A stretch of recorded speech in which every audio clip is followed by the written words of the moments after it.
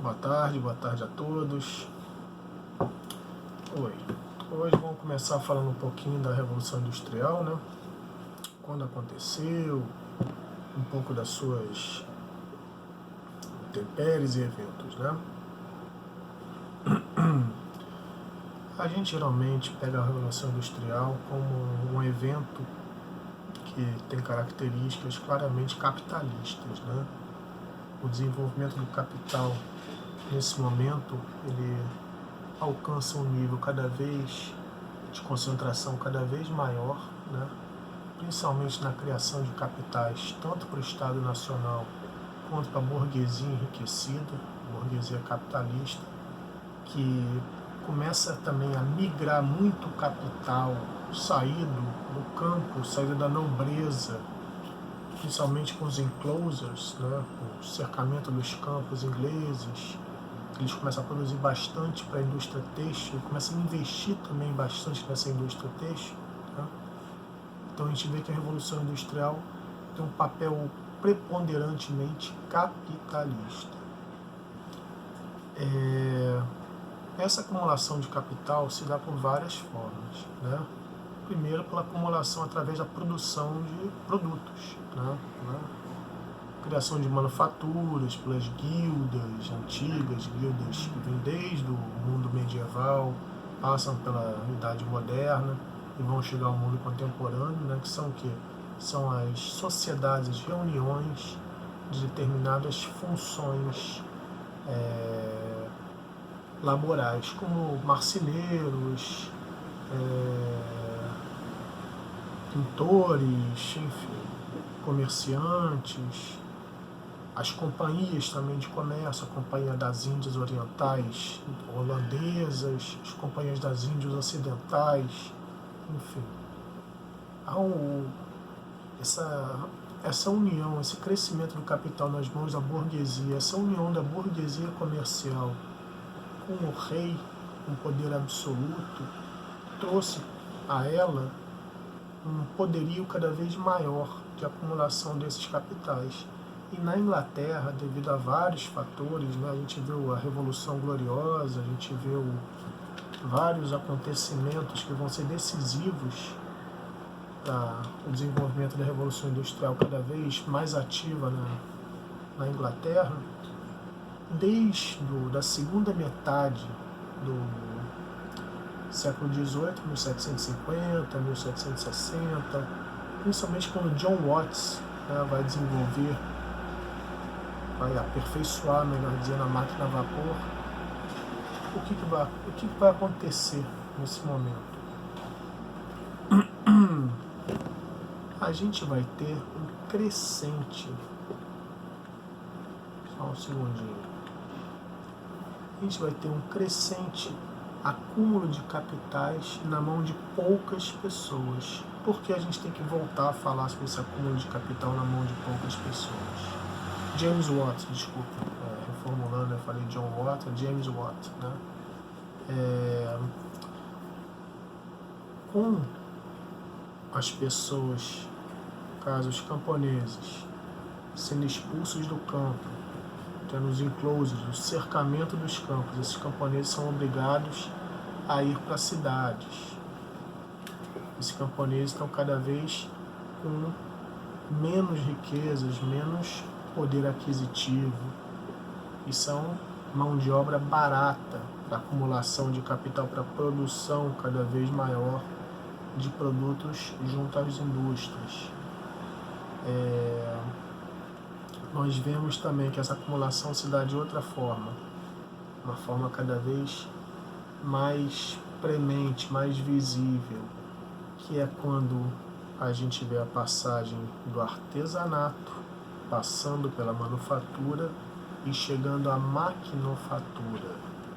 Isso é muito importante, porque quando a gente começa a observar essa passagem, né, do artesanato para a maquinofatura, a gente vê que o trabalhador, no caso, ele se aliena, ele perde totalmente o vínculo, o poder de conhecer todo o modo de produção de um produto. tá? O ferreiro, eu sempre falo isso, o ferreiro, ele fazia uma espada do início ao fim desse processo produtivo. Ele jogava o minério de ferro, liquefazia esse minério de ferro, jogava na forma o minério de ferro, esse minério de ferro era resfriado, ali ele ganhava, ele depois ia para o torno para ganhar as principais características e assim por diante. Tudo feito, se não fosse apenas um ferreiro, ele tinha conhecimento de todo esse processo produtivo. Tá? Na manufatura, posterior ao artesanato, esse empregado ele perde um pouco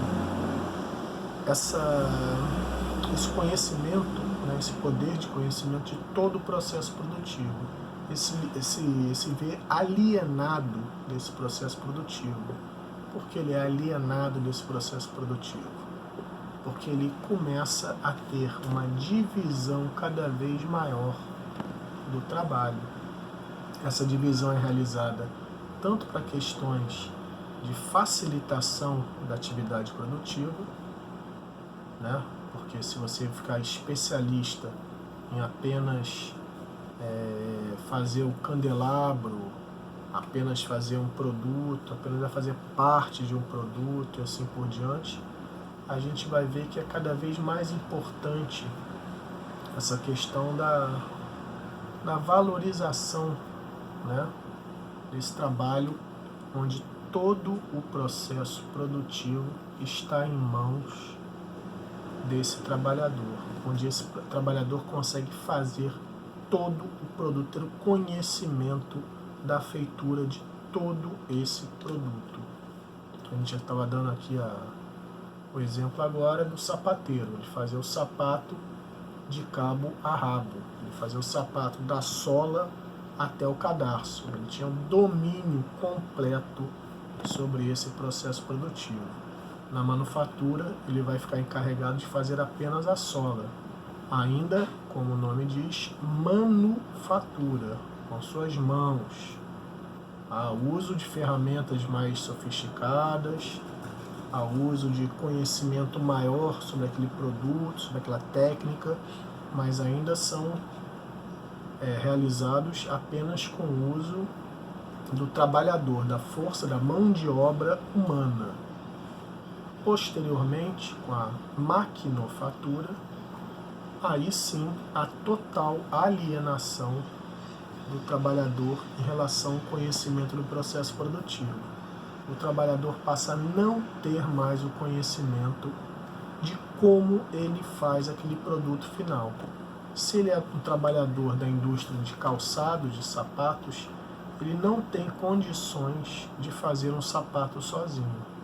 Ele trabalha junto a uma máquina, a máquina é a responsável por fazer praticamente todo esse processo, ele muitas vezes apenas supervisiona a máquina.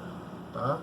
Então, esse acontecimento, essa modificação desse mundo do pequeno artesão para industrial, para o mundo da indústria, para um operário da indústria, é muito importante nesse processo de acumulação de capitais na mão dessa burguesia, na mão desses novos industriais, né?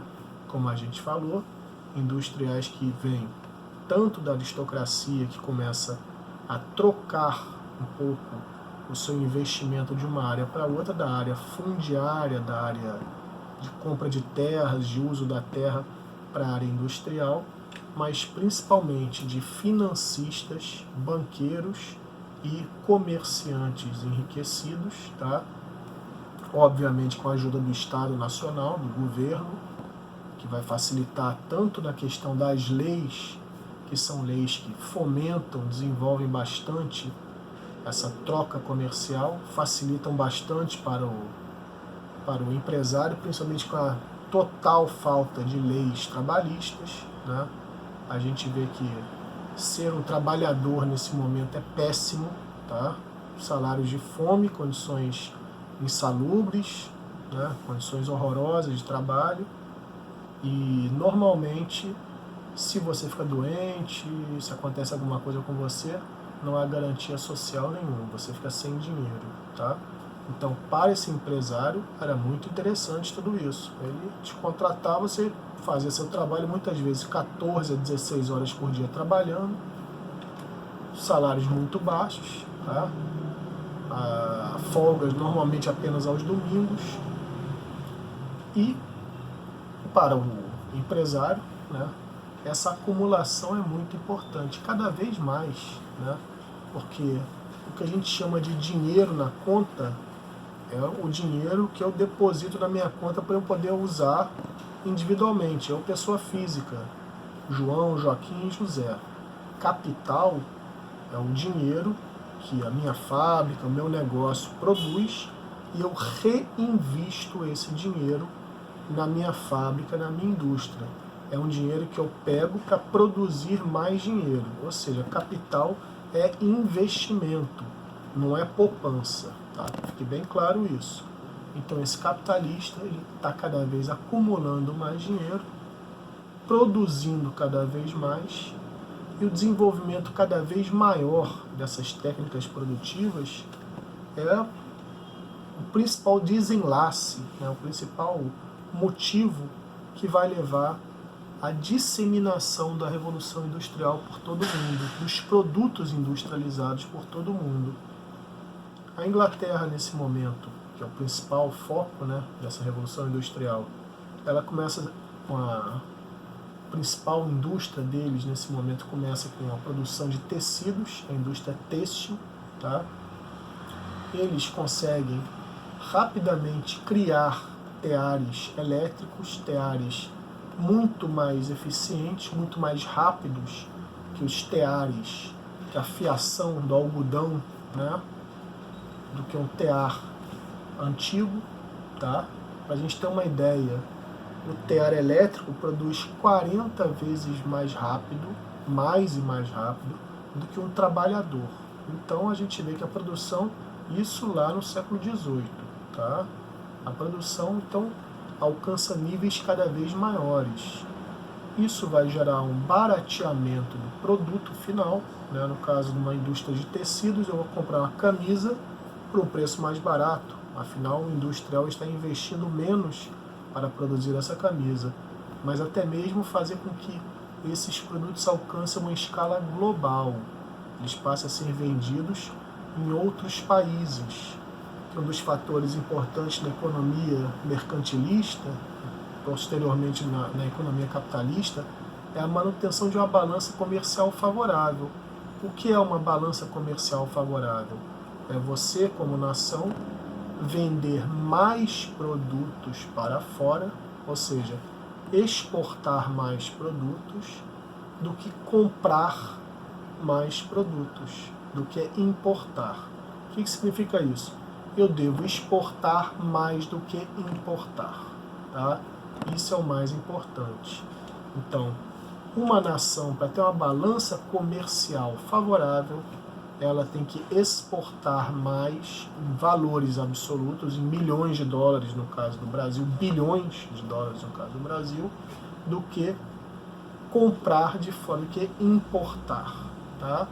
Não significa que se eu, no caso, muitas vezes norte-americano, os volumes de exportação dos Estados Unidos podem ser menores, do Japão, enfim, do que os volumes de importação, ou seja, chega muito mais tonelada de produto lá do que eles vendem. Só que os produtos que eles vendem têm um valor muito maior, custo muito mais alto do que os produtos que eles compram. Então, você manter essa questão dos valores, de questão como se você fosse uma casa, né? Você produz um produto mais caro do que o produto que você compra. Você vende um produto mais caro do que aquele produto que você compra. Daí hoje a gente vê muitos países, eu sempre dou esse exemplo, cito esse caso, a França, a Itália não são grandes produtores para exportação, vamos dizer assim, tá? Mas são países que exportam grandes não exportam grandes volumes, mas exportam grandes valores. O que significa isso? Porque um francês, quando ele vende um vinho a $200, a $300 uma garrafa de vinho, quando o italiano vende uma Ferrari a $500 mil, o valor agregado daquele único produto é muito maior do que o brasileiro que exporta um automóvel Ford, um automóvel Toyota, General Motors por $10 mil. Então, a gente tem que vender 50, 100 carros para a gente poder comprar um carro de valor agregado maior. Entendemos? Então, no caso dos países, da indústria principalmente, algumas indústrias nesse momento vão se padronizar pelo aumento da produção e barateamento de seus produtos, mas outras indústrias, como hoje principalmente vemos o comércio de luxo, vão especializar por uma tendência cada vez mais artesanal. Não significa como o artesão, como é o artesanato lá do mundo antigo, não, do mundo da época moderna, que o artesão produzia todo o produto com suas mãos e conhecimento de todo o processo produtivo. Não. O artesanal de um Ferrari, de um vinho francês, na verdade, é a forma de se produzir, é uma forma de se produzir com valores outros, diferentes da forma padronizada, pasteurizada, industrializada de outros produtos.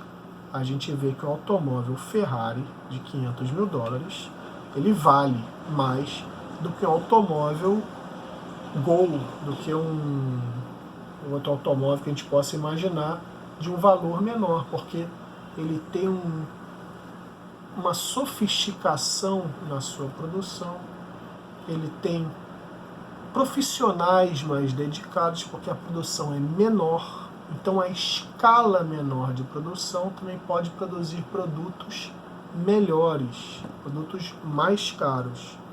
Para quem chegou agora, estou citando o caso da indústria do luxo, que também vende muito em valores, apesar de essa massa, esse volume de vendas não ser tão grande. Um perfume francês, uma caixinha pequenininha, vale $100. Já o litro de suco de laranja vendido para os Estados Unidos e pelo Brasil não vale nem $1, né? Para a gente ter uma ideia da escala de valores, tá? Mas voltando então, a Revolução Industrial vai trazer essa produção em massa cada vez maior, uma precarização do trabalhador, né? A gente viu que o trabalhador passa a trabalhar cada vez mais e ganhar cada vez menos, né? Vai se dar mais, o desgaste físico é muito grande, mesmo com o uso de máquinas, o desgaste físico é muito grande, tá? Mas esse trabalhador também a gente tem que ver que ele passa a ser um trabalhador que ganha